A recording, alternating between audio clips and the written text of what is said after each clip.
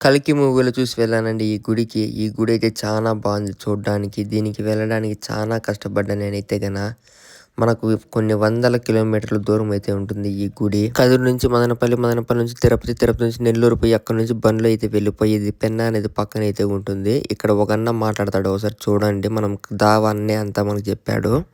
Hi చెప్పునా? Hi చెప్పు. Hi hi hi Raghava, నువ్వు బ్రహ్మాండంగా ఉండాలా. ఎప్పుడన్నా మమ్మల్ని కూడా యూట్యూబ్ లో చూపిస్తుంటే ఇదే అండి ఈ బండి అన్నది మనకు హెల్ప్ చేసినాడు.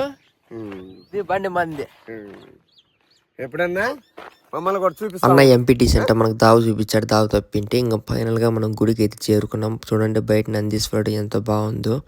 ఇది చాలా ఓల్డ్ టెంపుల్ అంట అండి. ఇది పరశురాముడు కట్టించిన టెంపుల్ అంట. చూడండి బయట నంది ఎంత బాగుందో చూడడానికి. మొత్తం ఇసుకే ఉంది, ఎటు చూసినా ఇసుకే ఉంది. ముందుగా అయితే ఇక్కడ వినాయకుడు బొమ్మ అయితే కనపడింది మనకు. వినాయకుడిని అయితే దర్శనం చేసుకుని లోపలికి అయితే వెళ్ళిపోదాం. ఇంకా చాలా ఓల్డ్ టెంపుల్ ఇది. పరశురాముడు కట్టించిన గుడి అంటే ఇది చాలా బాగుంది. మొత్తం ఇటుకతోనే కట్టారండి. ఎటు చూసినా ఇటుకలతోనే కట్టారు. అలాగే ఎటు చూసినా ఇసుకే ఉందండి. ఈ గుడిలో శివలింగం చూడండి ఎంత బాగుందో. మొత్తం పూజ ఈ చుట్టుపక్కల ఉండే వాళ్ళంతా వచ్చి పూజలు చేస్తూ వెళ్ళారు. ఎందుకంటే శివరాత్రి దగ్గరలో ఉంది కదా, అందుకనే. చూడండి మొత్తం ఇటుకే ఉంది. అసలుకు ఈ శివయ్యని దర్శనం చేసుకోవడం నేను అదృష్టమే అనుకోవాలి. చూడండి ఎంతమంది భక్తులు అయితే వచ్చారు ఆ శివయ్య దర్శనానికి.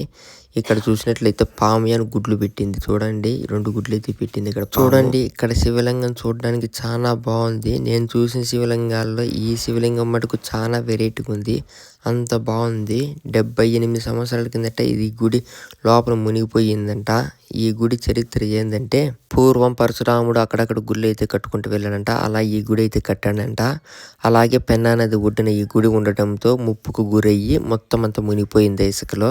మళ్ళీ రీసెంట్ గా కరోనా టైంలో అయితే ఇది బయటపడిందంట. ఇసుక కొంచెం కొంచెం తవ్వి అలా ఇసుకలో అయితే ఈ పెన్నా నది ఒడ్డున అయితే మునిగిపోయింది. ఇది కరోనా టైంలో అయితే ఇది బయటపడింది.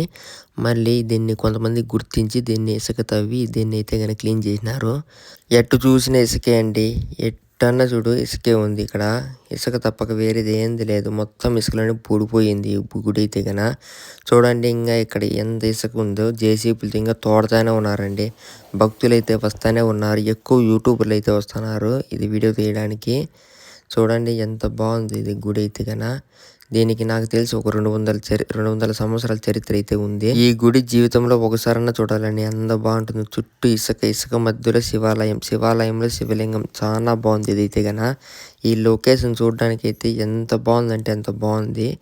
ఇక్కడికి ఎవరైనా వెళ్ళాలనుకుంటే కిందన లొకేషన్ అని ఇస్తా చూడండి. కొత్తగా మన ఛానల్ చూస్తున్నట్లే సబ్స్క్రైబ్ చేయండి, అలాగే లైక్ చేసి షేర్ చేయండి. ఓకే.